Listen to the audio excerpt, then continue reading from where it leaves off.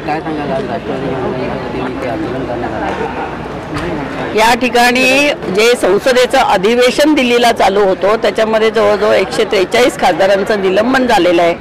खासदार लाखो लोकांचे प्रतिनिधी असतात। या देशातनं वेगवेगळ्या राज्यातनं आलेल्या लोकप्रतिनिधींना जर तुम्ही निलंबन करून टाकाल, त्यांना जर बोलू देणार नाही, सुप्रियाताई सुळे असतील, आमचे कोल्हे डॉक्टर कोल्हे होते, आमच्या वरच्या हाऊसमधल्या वंदना चव्हाण ॲडव्होकेट आहेत त्या होत्या, काहीच कोणी बोललेलं नाही। वंदनाताई तर फक्त उभ्या होत्या आपल्या जागेवर, तरी त्यांना निलंबन केलं गेलं। सुप्रियाताई आणि अमोल कोल्हेंनी कांद्याची निर्यात तुम्ही कधी बंद करणार आहात? ही निर्यातीवर शेतकऱ्यावरती अन्याय होतोय, बेरोजगार तरुणांना नोकऱ्या नाही आहे, ते लोकांचे प्रश्न मांडल्यावरती तुम्ही निलंबन करणार नाही। संसद काय फक्त भाजप चालवणार आहे का?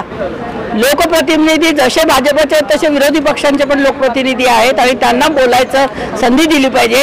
डॉक्टर बाबासाहेब आंबेडकरांनी या देशाला संविधान दिले, ते संविधान जर कोणी संपवण्याचा प्रयत्न करत असेल तर ही हिटलरशाही, ही दादागिरी चालणार नाही। थँक्यू।